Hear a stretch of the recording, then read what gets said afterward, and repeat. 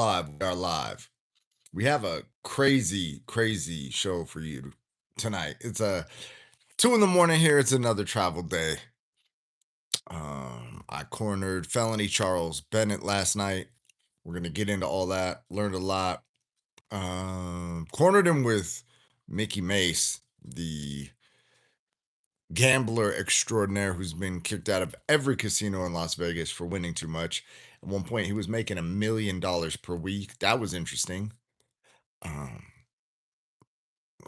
we didn't get the outcome we wanted, so the judging system is interesting as well. Oh, man, we got a lot to get into tonight. So it's gonna be a different type of show tonight. Make sure that if you've not already subscribed, you subscribe, tap the notifications. That way you know when I go live, because I'm committed to going live every day. So even though it's 2 in the morning, we're still here doing it real big. And despite traveling, so anyway, um make sure you check out Fight Circus if you want to see some freak show fights. They have great freak show fights. And tell your coach to go to studiomillions.com, because they will pack their gym and your coach will love you. So studiomillions.com will help them out. Let's get right into it. So Felony Charles Bennett and I trained for his last fight, where he knocked out Pat Sullivan in the second round, broke his jaw. And Felony was in even better shape for this fight. So we were extremely confident going into this fight. He was fighting an opponent who appeared on paper to be smaller than Pat Sullivan. Pat Sullivan was probably 170 something pounds. Tried to cut down to 145, couldn't make the weight. Felony fought him at a catch weight of 150. This time we were expecting somebody similar to Felony size. And this opponent did not make weight either. So he was saying something to Felony around like, Felony, how do you walk around at 170 and you make 145? And Felony weighed in at I think it was like 143.8 with a Mountain Dew in his hand. So Felony doesn't actually cut at all. Felony, if anything, I would recommend that he starts cutting and go down to, I would suggest 125 pounds personally. But, even if we agreed on 135, I think that would be pretty epic, because right now he's weighing in underweight and fighting people who are missing weight. So that was the first issue. And, you would like to have some form of clause in there that if they miss weight, that they cannot rehydrate past a certain weight. Due to the way that these contracts were set up, that was not a doable thing. Now you have to make a decision. Did you fly all the way to fucking Hawaii? And it's raining in Hawaii. So it's not like you're going out there to party, right? You're not going out there to the beach or anything. It's fucking raining. So essentially the whole time we were out there, you know, um, it was just like cloudy and wet everywhere, just rain. So not the type of Hawaii experience one would expect. And you know, you're like, do I want to take this fight and get paid? I came all the way out here, even though they're not going to weigh this guy in and check his weight, and just fight at whatever. Just now, at this point, you're just fighting. It's not even a weight class at this point. It's just whatever, right? It's just like we're in a fucking free for all at this point. Anyway, the gentleman Felony fought. His nickname is Too Quick, and while he was fast, I talked to him after the fight, and he was telling me about how when he was in there with Felony, he was like, "Oh, bruh, I was in there. I was like, what? This fucker faster than me, cuz." You know what I mean? And so we expected Felony would be the faster fighter. Um, Felony dropped him 2 times in the first round. I believe 2 times were ruled knockdowns. Um, this dude went on and ended up getting 2 knockdowns on Felony as well. I scored the fight 3-2, but you know, I'm not a judge. So here's some interesting stuff. Because I've got a bunch of frameworks on how to deal with the judging as a fighter because you're not in control of the judging. So before we get into that, let's talk the game of fighting because at this level, you have essentially like two choices, right? Do you want to fight and be the dude that's like, I'll fight anybody, anywhere, anytime, and thank the promotion and thank your cornerman, your coaches, your teammates, your gym? You know what everybody does after every fight? Oh man, I want to thank my coaches, my team, and my family for supporting me, my wife, which is, yeah, we thank those, we love those people, we're grateful for those people, but the fans at home don't necessarily tune in to those types of fighters for their personalities or for their storyline. Or you could be the other type, right? Which uh Felony is naturally charismatic, and that leads him to have other charismatic people around. And at some point, people have ideas for what would go viral or what would make a scene or get clicks or get clipped or whatever, right? So, before the fight, there's talk of what's the walkout going to be. And they didn't let us do the walkout, by the way. The promotion forbid the walkout. Now, I wanted to proceed with the walkout anyway, despite the fact that the promotion was against the walkout. But due to the fact that Felony has a fist fight to go into, you have to make a decision. Do you want to just push and cause a scene backstage? Because I believe the walkout would have gone viral, ultra, ultra viral. And we're going to try and do it in a future walkout at some point. But this walkout it's something that nobody's ever seen before, and they forbid it. Now, do you just proceed anyway with the fucking show, like the shenanigans, the clip farming? You got a fucking bare knuckle fight to go attend to. So, in the back, because we were getting texts, we're in like group chats with influencers and sponsors and potential sponsors, and there's all this shit that's going on behind the scenes, and I'm essentially filtering a lot of that so that Felony can focus on the fight, and that I'll go up to him and go like, hey man, here's what everybody's saying, how do you feel? And I'm down to push and make this walkout happen or get them to like borderline. It was me and Mikki Mase, and Mikki Mase's friend who's also fought. So it was us in the back, and I'm like, well, they're probably going to try and tackle us or send security. It's going to cause a scene, which the reason why one would be willing to cause a scene anyway is because it's going to go so viral that in the end, everyone's going to be happy, right?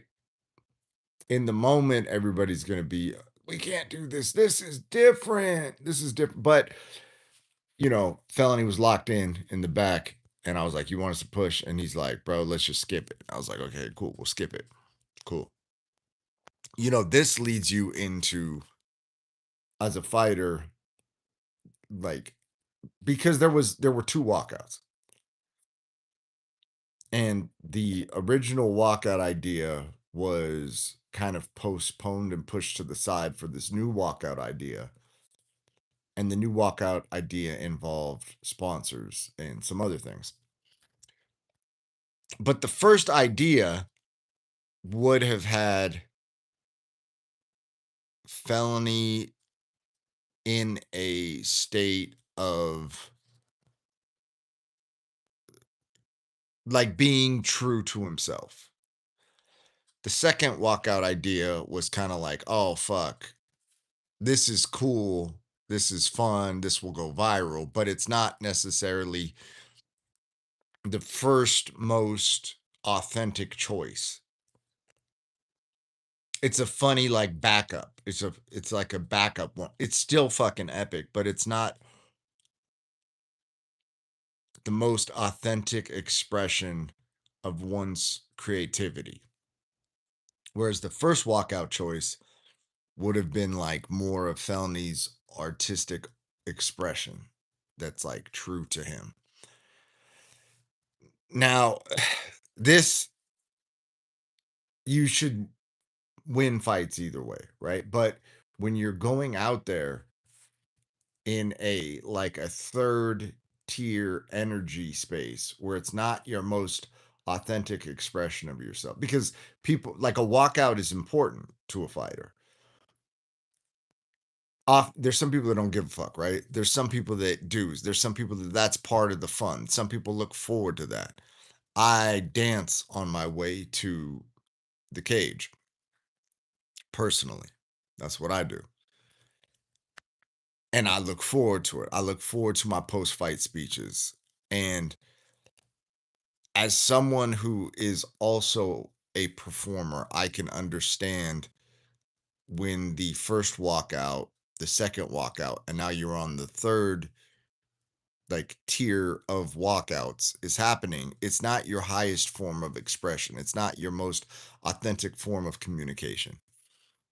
So anyway, but once you get in there, lock in, win the fight anyway, right? That's like, but it's like it's more flowy if you are on that authentic vibe.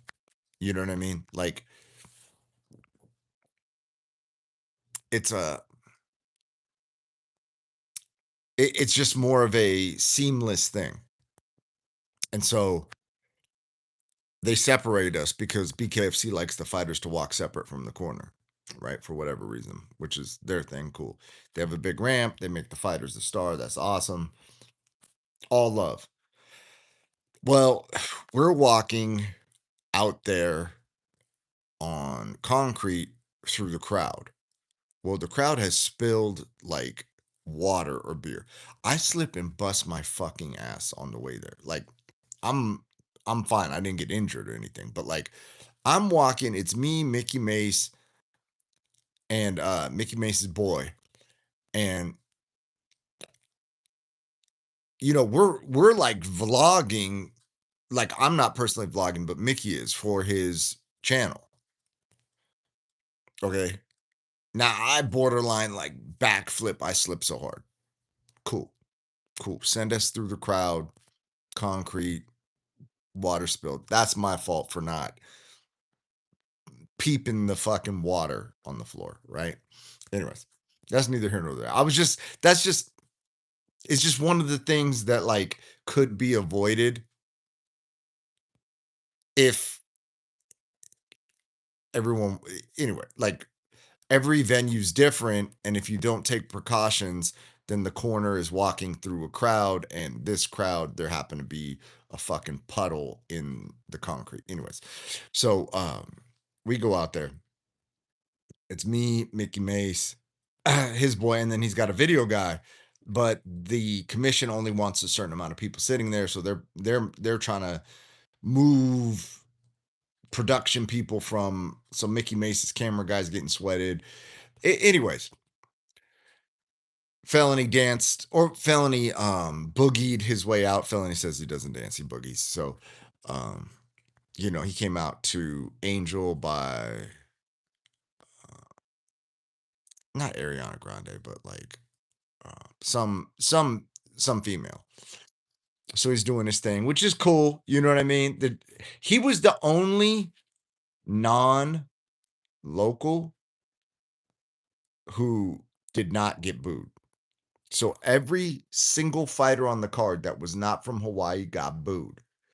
Felony, due to his charm and charisma and aura and his walkout song, didn't get booed. So shout out to him. Anyway, we get their first round pops off. Felony drops a dude twice. There was another what got ruled a slip, but in the time I thought it was a knockdown as well.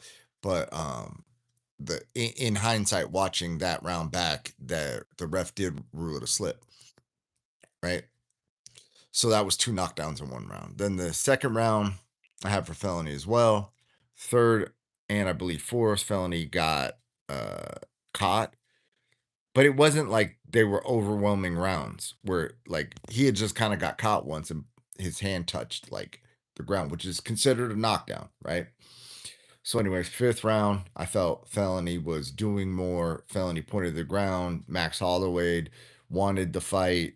You know, I had it rounds 1, 2, and 5 in the arena as I'm cornering. And in the first round, Mikki Mase and I are like fucking A. And Mikki Mase is talking about like he's got the touch of death. He's got the death touch. And you know what I'm saying? Like because Felony like connected and dropped him, you know, like which we just saw in the previous fight in Philadelphia where Felony connected and dropped the guy. Except this time he dropped him twice in the first round. So all is going to plan. Second round, the guy composes himself. I had Felony winning. Uh, you know, and I'll go watch the whole fight again. You know, we've been traveling. Like today's another travel day, so uh, I don't even remember the last the last vlog, the last live I did. We were post fight, right? And that's when we were going in the Uber to go eat. Yeah. So okay. So anyway, we're there. Mikki Mase and I are fucking ecstatic. The fight's going well. First round, second round, third round, boom, Felony gets caught. The dude was doing a really good job of like uh throwing a jab that Felony would pull. And then as Felony's pulling and Felony's head is over his back foot, the guy's just gunning a fucking two, right? Which, you know, technically, you know, the answer to that, which is easier said than done, is to pull with your rear foot, not just your upper body, right? And in that event, when you pull with your rear foot, sometimes if they do not overextend, that they might not be there to get countered. So if you are drawing them out to counter them, then the head pull without the rear step can be beneficial, but it's kind of a shootout, right? So, anyways, in those two times that Felony uh, got ruled as knockdowns, that's from what I remember, having not watched the whole fight back yet. That's what it was. It was like a jab to Felony's head pull to now he's off base, and then the two comes longer than the jab was, and the two was fast. The dude is quick, you know. And I took it. I was glad he told me that he felt Felony was faster than him because that validates what we thought going into the fight, that Felony would be faster than him. And so, anyways, so the fight goes on. I scored it for Felony. Mikki Mase scored it for Felony. I talked to Felony after the fight. Felony said that, man, he felt like he had it. Like, because we're going to keep it real with each other. So we're in the hotel room, and I'm like, bro, but like before they read the cards, how were you feeling? And he was like, dude, I felt like it was, I won, but like, fuck, dude, he did drop me twice. So they might give him something on that. But like, Felony was confident that he won. I was confident that he won. Mikki Mase was confident that he won. Like, when they read the other dude's name, I was like, well, especially when they read the scorecards, because the scorecards were like 47, 44. All three judges have it. And I'm like, all three judges have it 47, 44. Oh, it's Felony. What's up, dude? Like, straight up. Nope.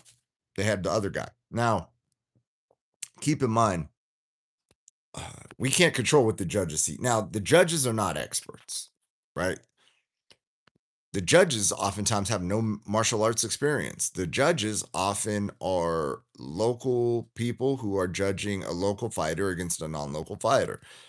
So it's not exactly like they determine who the actual better fighter is. They just pick something. So it's like three random dudes or three people, two dudes and a chick sometimes. And it's like rolling the fucking dice, right? So anytime I'm cornering, coaching, even fighting, we control our performance. We can't control what the judges say. The judges could have no martial arts experience. The judges could be cousins with the guy fighting. The judges could be fucking like it could be anything, right?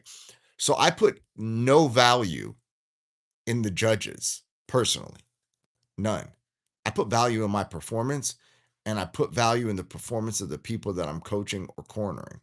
So in this case, I was more focused on Felony's performance, where in between rounds, as I'm giving him water, he's waving the water off, and he's still got 30 seconds left, and he's walking to the center. He didn't sit on the stool one time. Keep in mind, Felony came out to Vegas to get his cardio right.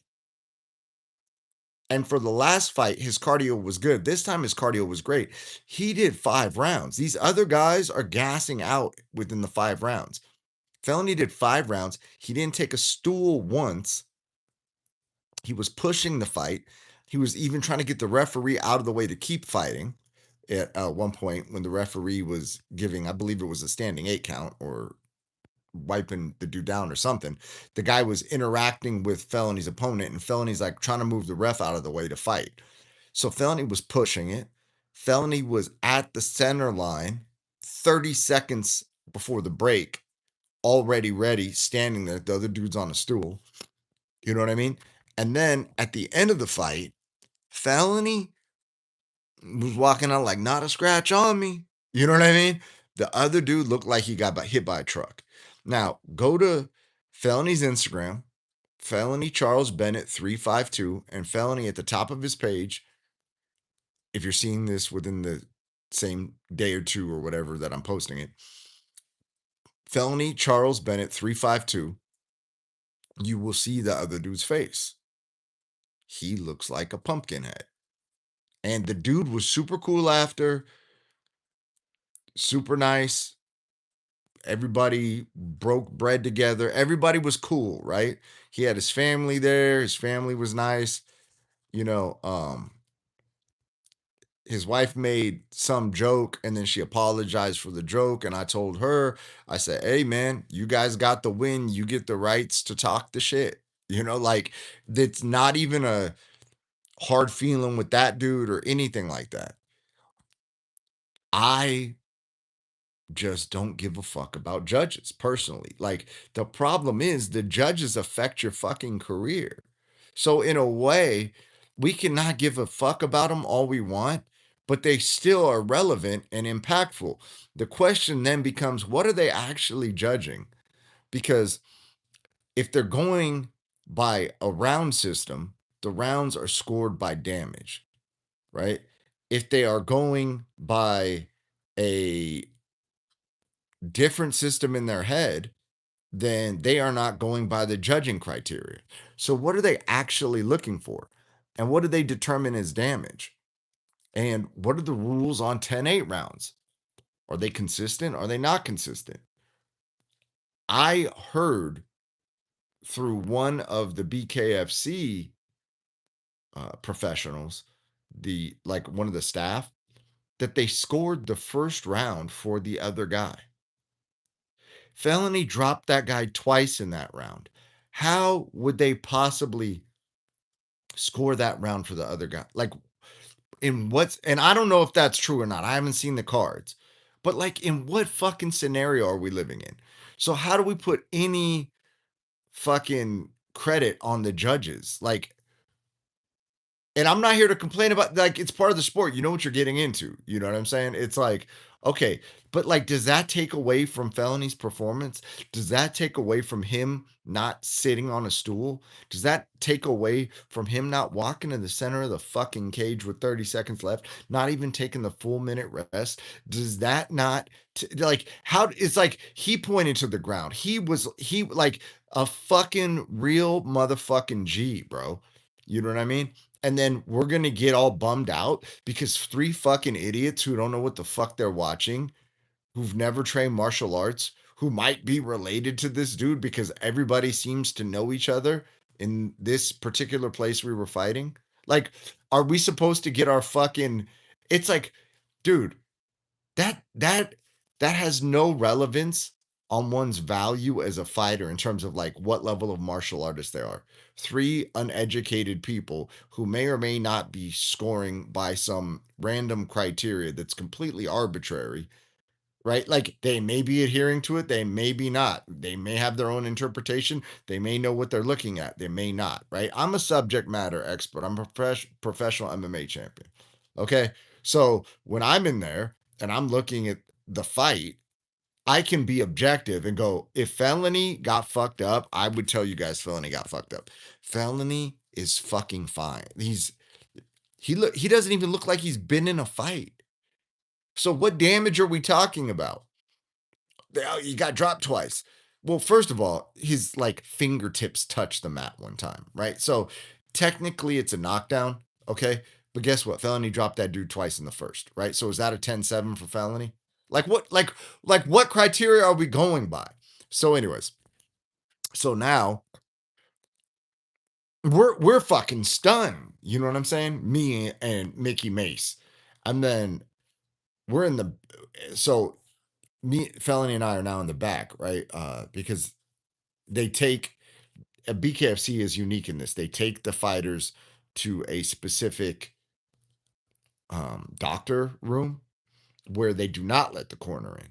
So typically, after an MMA event, you go with your fighter into the doctor room. You know, in BKFC, the fighter is sequestered by himself to speak to the doctor alone. I guess maybe it's because the sport's so gnarly, maybe it's a privacy thing or whatever, something like that. Anyways, Felony gets out of there, and Felony's like, dude, what the fuck? Unanimous, man? I didn't get one judge that said I want, and I'm like, bro, we can't go by the fucking judges, bro. We got to go by your performance, right? But here's the thing, none of that's going to make anybody feel better, right? So I can be as positive about it as I want and look at like the performance instead of the fucking outcome because we can't control the outcome. We can't control the judges. All we can control is our performance. And based on his performance, not only did he improve from when he first came to Vegas, he has improved from his previous fight that he knocked the guy out. He was even better in this fight. And keep in mind, he was fighting a much more experienced person in this fight, right? So that also plays into it. But he performed, but he dropped the guy multiple times. He went to the body multiple times. He pressed the fight. He pointed to the ground. He went all 5 rounds. There's like all these fucking positives and pluses we can take away from it. And then we got three fucking dorks with a fucking lanyard saying that they get to be judges because they knew somebody in politics because they're actually a government agency, the regulating bodies, right? And so three fucking borderline politicians get to judge martial arts. It's fucking insane. But the bottom line is this. You got to look at it like as a fighter, as a coach, as a corner, as like, is our performance worthy of being proud of? And I'm proud of Felony's performance. I feel Felony should be proud of his performance. Are there things that he's going to work on? Yeah, he's already seen them. we've already discussed things that he's already seeing, right? And that's the other part. Like sometimes you corner a guy or you coach someone and they're not on it. Felony's already on it. He's already seeing what he needs to improve on in terms of like every fight you have something to improve on. But the main thing that we were focused on was cardio and making sure that Felony can push for 5 rounds, which he can push for 5 rounds. Now, because we have more footage over those 5 rounds, now we can start to make tactical and technical adjustments, especially based on the certain fighter that we're going to be in there with, right? And so, moving forward, we might uh, add in some form of drilling and almost like spar drilling, if that makes any sense. Like, hey, for this round of sparring, we're going to spar in this manner where I'm coming at you with these techniques, and then you're going to do the thing that you saw in the fight that you wish you would have done in the moment. And we're going to drill it till it's subconscious, unconscious, programmed behavior that happens naturally because there's 4 stages of competence. There's unconscious incompetence. I don't know what I don't know. There's conscious incompetence. I know that I don't know how to do that. There's conscious competence. I know I can do that. And the steps are, if I think about them, I can do them. And then there's unconscious competence, which is I'm not even thinking about it and I do it. And that's where we got to get the things that Felony says he wants to work on. Those things have to become unconscious competence. So, one way of doing that would be to drill them in a realistic scenario where I am performing techniques and then he is like in a sparring scenario. You know what I mean? Like I'm actually trying to land and then he's doing the technique that we are specifically uh, trying to program his subconscious mind with, if that makes any sense. And the other thing that was interesting was that the BKFC uh, slideshow that they posted on Instagram, if you look in the comment section, literally every single person scored the fight for Felony, with the exception of everyone that scored the fight for the other guy was a Hawaiian. So shout out to them because they ride for their people. You know what I mean? And I like to think of people as like the human race. You know what I'm saying? But like for the sake of this conversation, the dude that Felony fought was Hawaiian in Hawaii, and every person that's in the comment section saying that that guy won just happens to also be Hawaiian. So you know what I mean? Every non-Hawaiian scored the fight for Felony, if that makes any sense. So it was kind of interesting to see that. And then if you guys want to see his opponent's face, go to Felony Charles Bennett 352 on Instagram. You can see it up there. But anyways, guys, we've been on here for a hot second. I got some more stuff that I'll drop probably tomorrow when we're back in the studio. Cause yeah, man, meeting Mikki Mase was interesting. There's more shit on that. Like this was a crazy ass trip. Plus, we got some crazy UFC news popping. So tomorrow's show will be pretty dope. And I just want to say, man, I see you guys are on here. I appreciate you guys, and I will see you in tomorrow's video. Appreciate you guys for subscribing. What? Yeah, Mikki Mase. It was kind of crazy, man. Kind of crazy. That was yeah. So tomorrow we're gonna talk about that too. Shout out to Arpaw and Don. And yeah, man, I love you guys. See you tomorrow. Peace.